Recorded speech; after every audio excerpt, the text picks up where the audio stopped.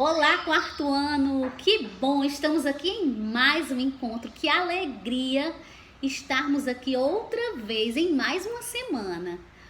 Hoje a aula é de matemática. Eu sei que vocês estavam ansiosos assim como eu. Iniciaremos hoje o capítulo 3, que tem o tema adiciono e subtraio. Esse tema não é novidade para vocês, porque nas nossas aulas presenciais nós já adicionamos e subtraímos. Já fizemos continhas, já resolvemos situações, desafios e aprendemos também algumas dicas. Vamos relembrar, por exemplo, é muito importante identificar a palavra-chave, aquela que indica que operação matemática eu vou usar naquele caso, naquele problema, para obter um resultado. Isso tudo a gente já aprendeu, mas a gente vai aperfeiçoar respondendo às atividades do nosso livro didático. Lembrando que você não vai fazer no livro didático, você vai fazer no seu caderno as respostas das atividades, tá certo? Identificando a página e o assunto. Bem organizado. Para a gente começar, vamos observar essa imagem aqui, ó, ao lado do vídeo. A gente vê uma bilheteria de circo e muitas crianças aí numa fila. Você vê a matemática nessa imagem? Que associação você faz na adição e na subtração olhando essa imagem? Acredito que a gente observe que tem números aí nas bilheterias, uma ordem de números, uma sequência. A gente também pode imaginar que esse ingresso, ele tem um valor a ser pago. A gente pode imaginar também a quantidade de pessoas que existem aí. E aí, com essa quantidade, como eu vou fazer o cálculo de quanto eu ganhei se todas elas compraram o ingresso? Quantas delas compraram só meia e não a inteira do ingresso? Então, essas e outras perguntas nós fazemos nesse caso aí da bilheteria. Porque a matemática está no nosso dia a dia, está no nosso cotidiano, em coisas simples que nós fazemos em casa. Por exemplo, quando a gente come um biscoito, que a gente vai tirando do pacote, quantos biscoitos ficaram no pacote? Se a gente quer repartir esse biscoito entre os nossos irmãos, se a gente precisa, por exemplo, não nesse momento, mas quando a gente ir a uma mercearia, a um supermercado, a gente geralmente leva uma quantia que a gente sabe que vai dar para comprar aqueles produtos que a gente quer. A gente sabe também que vai receber um troco pelo produto que você comprou. Então, a matemática está no nosso dia a dia. Diariamente, a gente lida com os números, seja em casa ou seja em outros lugares. E por isso a gente traz esse exemplo aí da abertura do nosso livro, do nosso capítulo. Após isso, eu gostaria que você observasse as tantas formas que eu tenho de adicionar. Porque nem sempre no momento eu estou com o meu caderno para fazer uma conta ou estou com algum instrumento. Eu faço uma adição ou uma subtração mentalmente, uma continha mentalmente. Mas eu posso usar, por exemplo, se eu puder, se eu tiver um ábaco. Observe nessa imagem, eu posso adicionar ou subtrair no ábaco, porque as argolas indicam as unidades. E você vê também que cada argola tem a sua cor e o seu valor posicional, porque o ábaco é dividido em unidades, dezenas, centenas, unidades de milhar, dezenas de milhar, centenas de milhar. E eu vou colocar exatamente ou retirar exatamente as argolas que eu quero para solucionar o meu cálculo, nesse caso, né? Aqui eu trago um cálculo diferente. Mas digamos que vamos pensar num número menor. Por exemplo, o número 53.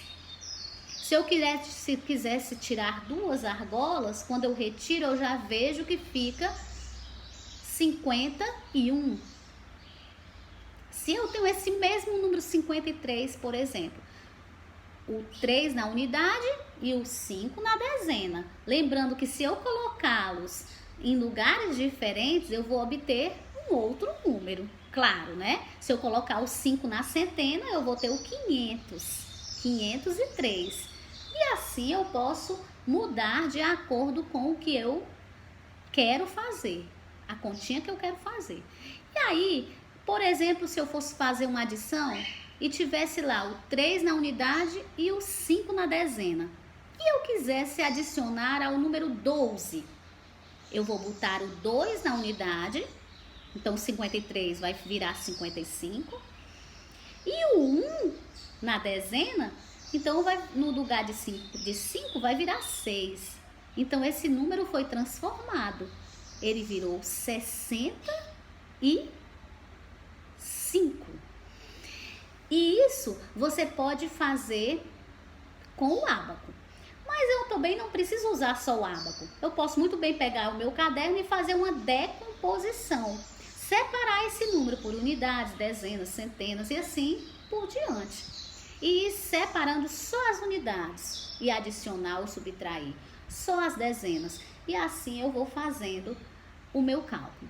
Eu também posso usar simplesmente, como diz aí a foto, a calculadora. Nesse caso, nas nossas atividades, você não vai usar a calculadora. A calculadora é usada geralmente quando o professor pede que você use a calculadora e ele indique as teclas que você vai tocar, tá certo? Mas não para obter o resultado. Para obter o resultado, é importante que você coloque a continha no algoritmo. Falando em algoritmo, o que é o algoritmo? Vamos observar essa imagem? Simples assim. Quando eu quero fazer uma continha no algoritmo, eu vou usar o QVL, o quadro de valores e lugares, que vocês já conhecem, que a gente já fez nas nossas aulas presenciais. Ele é muito importante, porque cada número vai ficar no seu local exato. Vai ficar muito mais organizado para você calcular. E aí, falando no algoritmo, eu queria que vocês olhassem essa representação que tem aqui. Simples. 66.666 mais 12.331. Eu vou fazer o cálculo normalmente no QVL, no quadro de valores e lugares, que aí eu já estou colocando no algoritmo, e eu vou fazer o 6 mais 1, 7. 6 mais 3, 9. É uma conta simples. Vamos observar esse mesmo número na subtração. Aí na subtração, observem a unidade. 6 menos 1, 5. Pronto. Ele são duas continhas bem simples de fazer. Mas aí eu trago para vocês uma outra sugestão. Vamos observar agora essa daqui, ó. Observem muito bem esse algoritmo, essa continha no algoritmo. Primeiro, vamos relembrar, sempre iniciar pela unidade. Isso é muito importante. E no seu livro você vai ter algumas sugestões de como você dá continuidade a essa continha. Eu gostaria só que você observasse que quando eu faço, por exemplo, 4 mais 9 dá 13. Opa, o 3, 13. Pensa no 13. O 13 nada mais é do que 3 unidades e uma dezena. Então, o 1 vai passar para a casa das dezenas. Observem aí. E aí, na dezena, eu conto 1 mais 3 mais 8, que vai dar, opa, de novo, 12. 12 tem 2 dezenas e o 1 vai subir, porque 12 dezenas nada mais é do que uma centena e 2 dezenas.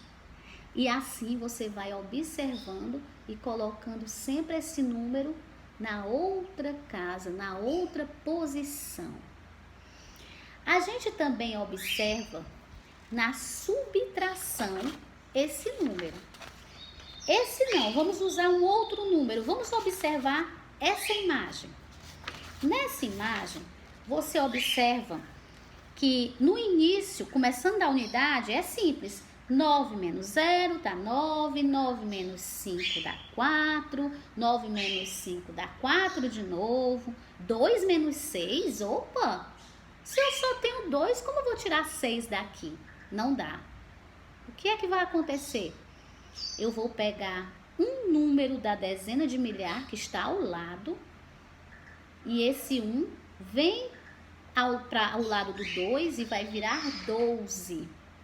Então, 12 unidades de milhar. Nesse caso, 12 menos 6, agora eu já posso fazer, que dá 6. Agora, na página 155, você vai encontrar as propriedades da adição. A comutativa, quando trocamos a ordem das parcelas, o resultado não se altera. Observem aqui o exemplo da imagem. Mas eu posso também, além dessa imagem, dizer 5 mais 2, 7. E posso dizer também 2 mais 5, também o resultado é 7. E na associativa? Na associativa, quando associamos 3 ou mais parcelas de maneiras diferentes e obtemos o mesmo resultado. Observem também na imagem. Eu posso dizer, por exemplo, 2 mais 3 mais 1. Eu posso fazer primeiro 2 mais 3 e depois fazer o 3 mais 1. Não importa. Tá certo? Então, essa foi a nossa aula de matemática hoje, que fala de adição e subtração. Mas não terminou por aqui não. Eu trago um desafio para vocês. Lá no Rachando a Cuca, na página 159, tem uma sugestão de um jogo. Vou explicar para vocês esse jogo. Ele deveria ser feito com um colega de sala de aula. Mas como você está em casa, você vai chamar alguém aí da sua casa para fazer com você. E aí o Rachando a Cuca traz algumas sugestões de como você possa elaborar uma situação problema. Isso você já fez nas aulas presenciais, é muito fácil, né? E muito legal de fazer. E aí ele traz sugestões de palavras, de como você fazer essa questão, essa situação, desculpa. E aí você vai fazer uma situação desafio, seguindo aí as orientações, usando os enunciados que o livro traz no Rachando a Cuca, e ao mesmo tempo a pessoa da sua casa também vai fazer um. E depois vocês vão trocar entre si e ver se cada um acerta o que o outro elaborou, tá certo? Esse é o jogo em família. Vamos mudar, né? O nome desse jogo. No lugar de ser Rachando a Cuca, é o jogo da família, tá certo? A nossa aula finaliza aqui. Desejo uma excelente semana, muito aprendizagem para você, que você aprenda cada vez mais e tenha gosto pelo estudo. E não esqueça de estar sempre lendo. Ler é um ótimo exercício, tá certo? Um abraço e um beijo no seu coração e até a próxima aula.